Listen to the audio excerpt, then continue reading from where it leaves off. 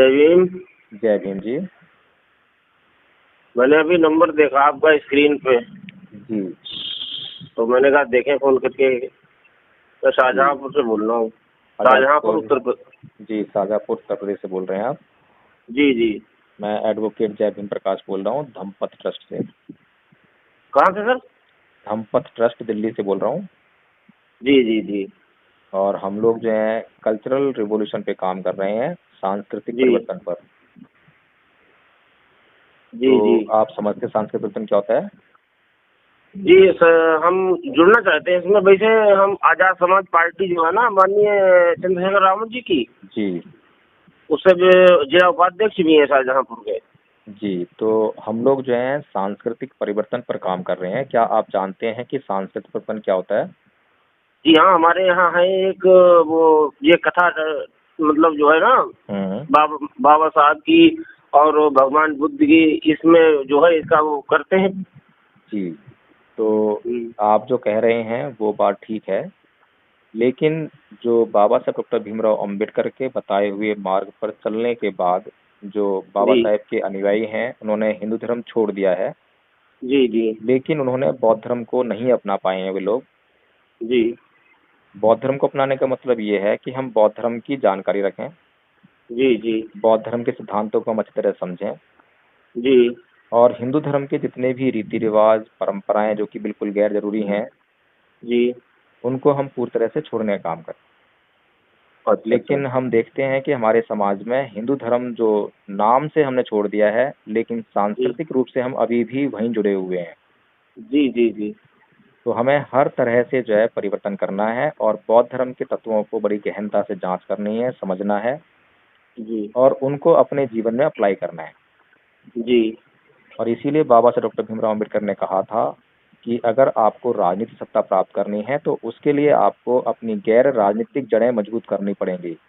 जी जिस मार्गदर्शन पर चलकर साहेब कांशीराम जी ने जी सामाजिक आंदोलन किया और समाज को जो है सत्ता में लेकर आए, जी लेकिन उन्होंने जो सामाजिक आंदोलन के बाद जो धार्मिक आंदोलन शुरू किया था वो जी अधूरा रह गया, जिसके कारण हमारे समाज का सांस्कृतिक परिवर्तन नहीं हो पाया। जी जी और आज भी जब हमारे समाज को, क्योंकि वो हिंदू संस्कृति से ओतप्रोत है, जी। तो जब भी चुनाव आते हैं तो आपने देखा होगा कि कुछ ना कुछ बड़ी घटना जरूर घटती है। हाँ बिल्कुल बढ़ती। और उस दौरान जो है हिंदू मुसलमान का कंसेप्ट लेकर आते हैं आरएसएस वाले, जी और डर दिखाते हैं कि अगर मुसलमानों की संख्या ऐसे ही बढ़ती रही तो ये भारत पर कब्जा कर लेंगे। जी तो हमारा जो समाज है, जो कि अभी भी हिंदू संस्कृति से जुड़ा हुआ है, वो तुरंत ही जो है वहाँ जाकर वोट कराता है। हाँ जी वो इसलिए कराता है क्योंकि उसको अभी तक जो है सांस्कृतिक परिवर्तन का एहसास नहीं हो पाया है।